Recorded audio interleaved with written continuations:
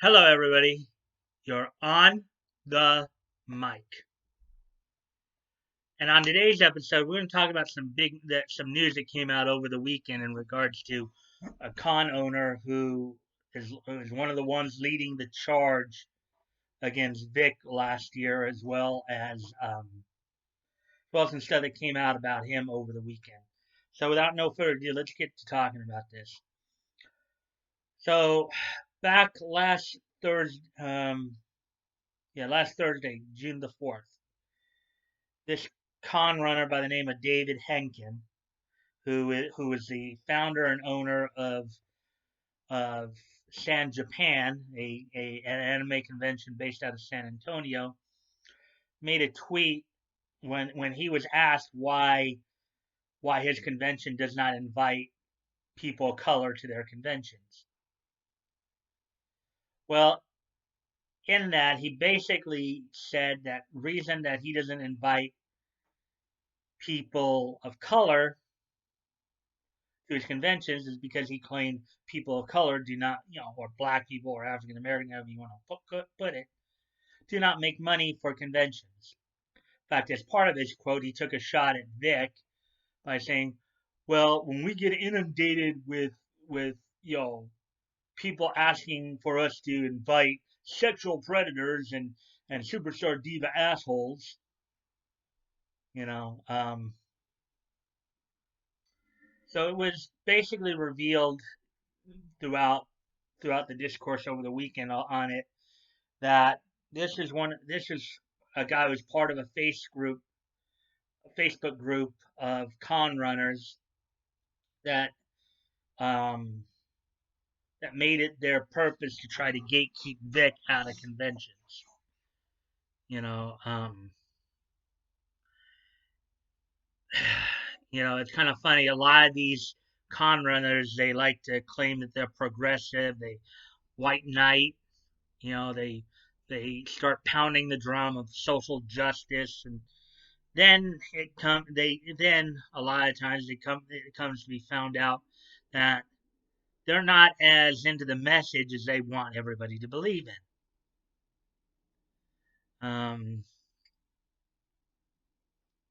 You know, um, Initially, as part of a story that came out, he acknowledged being an idiot for making the statement. I mean, also in the tweet, he mentioned that there's another con that does cater more to the black community, almost, basically suggesting that maybe people should go there if they want to do that. You know, but it just goes to show you just the hypocrisy that abounds with a lot of SJWs. You know, um, you know, the whole issue of racism, you know, is a very divisive issue. As long as people keep with the mindset us versus them, you're never going to have a good discourse when it comes to race. As long as you're not willing to call out, you know, the people on your side of the argument when they behave badly, you know, um, you're not gonna, it's just gonna look hypocritical. It's gonna look if you're, all you're doing if you're calling out the other side and not calling out your own, you're being hypocritical. You're not willing to acknowledge. You're not willing to acknowledge the evil that your side is doing. In order to denounce racism or anything like that, you know,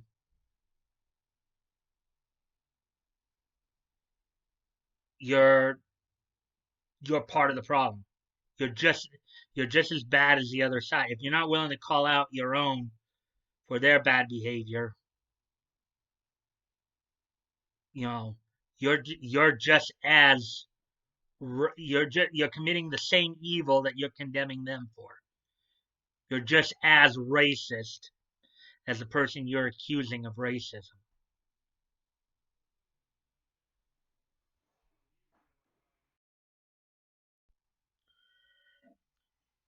As the story continued to develop, um, as covered by Yellow Flash, that Umbrella Guy, Hero Hay, Quartering, and a few others, um,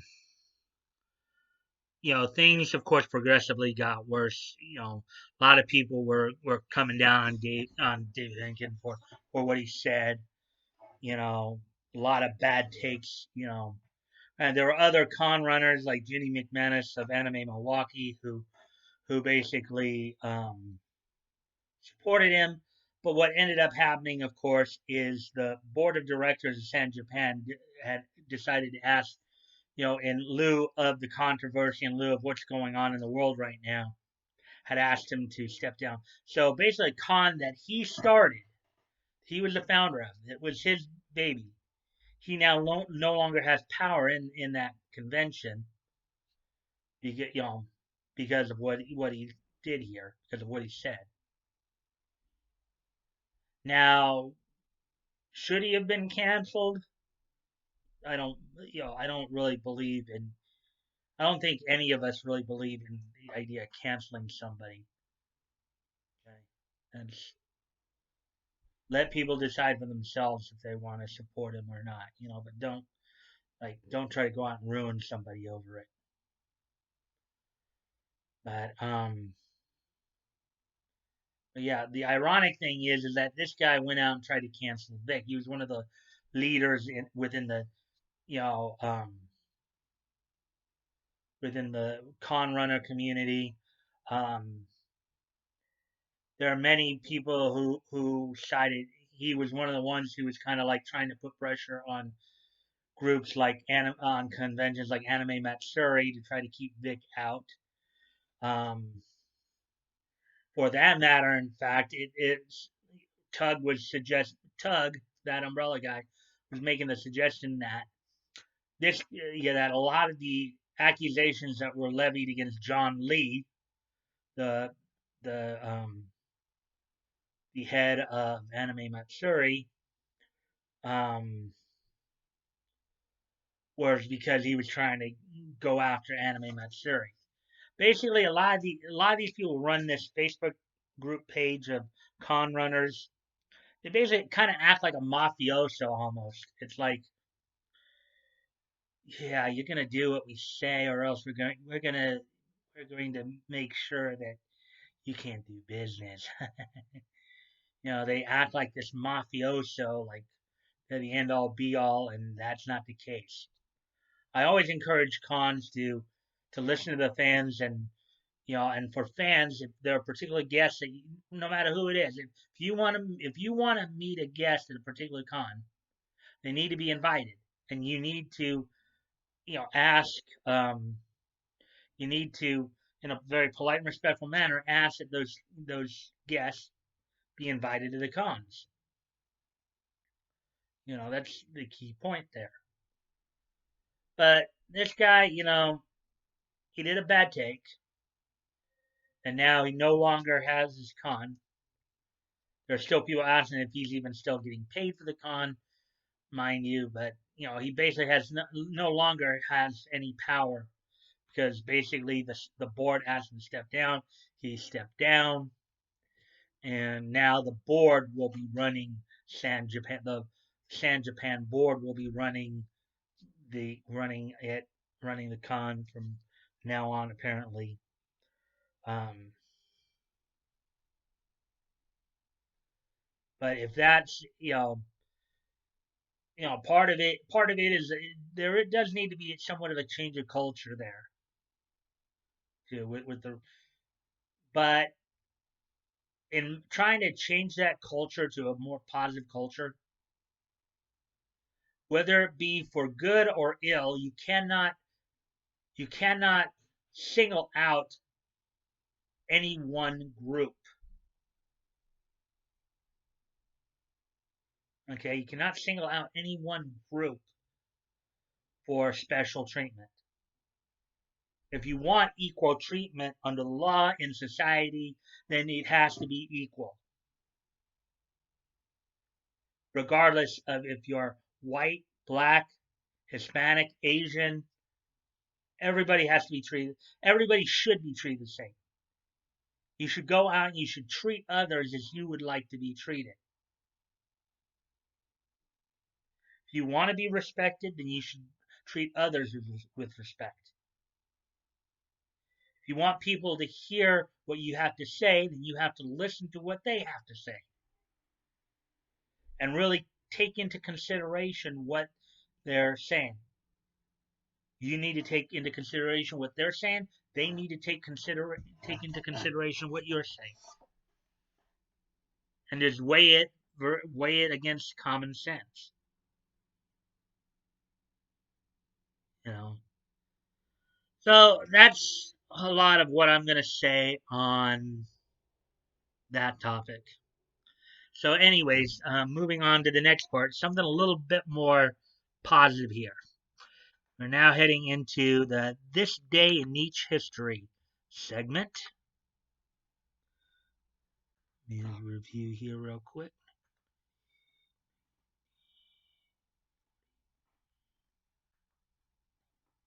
Okay. I just had to remind myself of the exact order here. What I was going to do.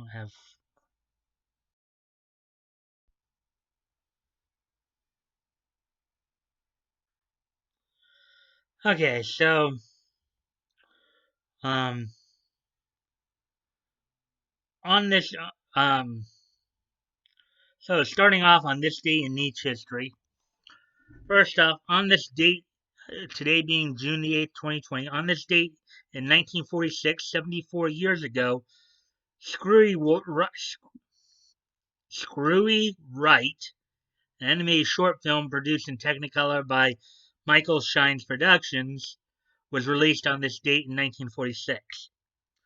Lending their voices to the cast would include, uncredited at this time, would include the late legend Mel Blanc. Well, all these people would be late. I think all these are probably dead now, anyways. All these were uncredited though. See, the legendary Mel Blanc as Rudolph Bird, Pinto Colvig as Elton Siegel. Um, for those of you who don't know who Pinto Colvig is, he was one of the first voices of Bluto in the Fleischer Popeye cartoons, as well as being Bozo the Clown, one of the first people to portray Bozo the Clown, and Dallas McKinnon as well as Stupid Vulture. So on this date in 1946, 74 years ago, Screwy Wright would be released in theaters, the animated short. Then on this date in 1950, Marvel Comics, under the name Leading Comic Corporation, would release the 40th issue of All True Crime on this date in 1950. All True Crime number 40 was released on the newsstands on this date in 1950, which is 70 years ago. It was a bi-monthly crime anthology, I believe.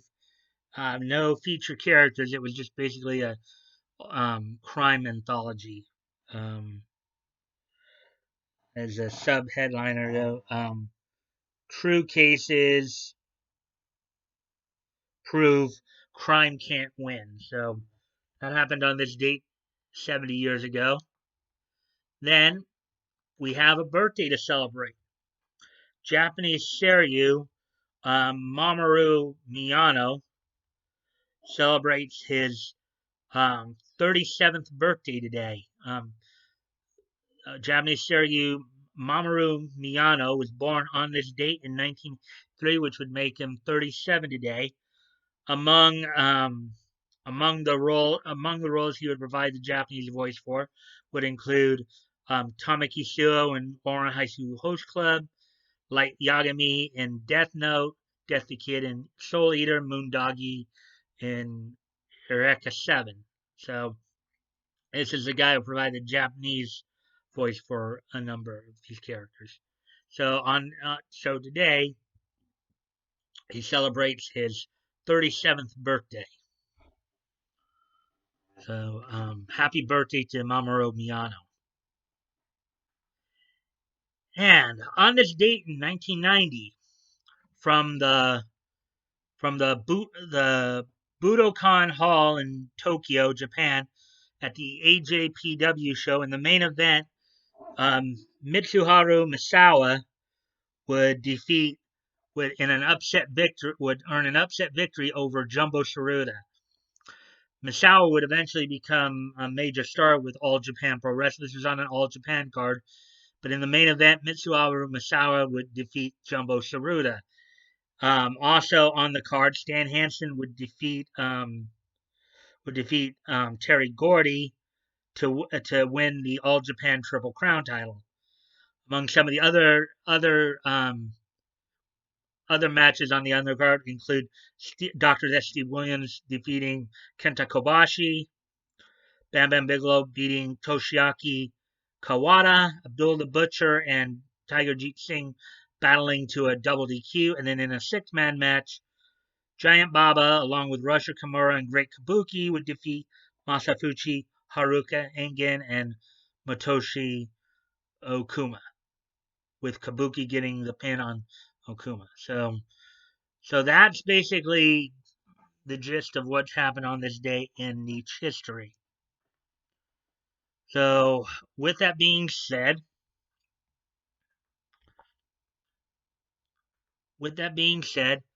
um, if you would, if you guys want to contact me directly, you can through my Discord. Through my Discord. It's my Discord link is down in the links below. You can direct message me there. You can check out the Discord and join if you'd like. Also, still promoting a bunch of different dub companies. Always take the time to try to check out some other works. As many works as you can. Learn as much as you can about all these voice actors, so that if you want to invite them to cons, you can get them invited to cons.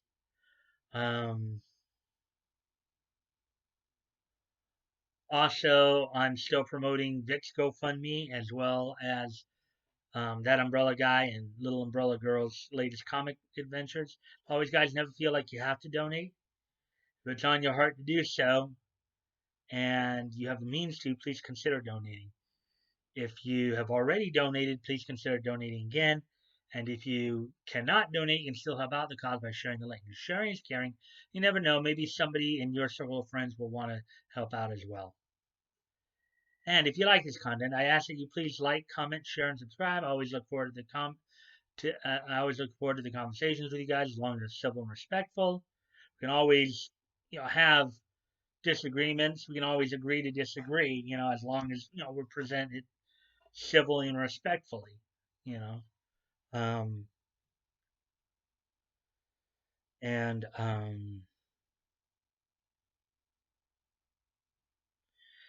with that, I just want to remind you guys, of course, the latest episode of Voices Big and Small will be debuting on Friday this week. I decided to profile Trevor Duvall. Some interesting information about him, aside from his voice work, that I hope you guys will come and check out. Hope to see you guys on Friday for the premiere of that. And until tomorrow, bye.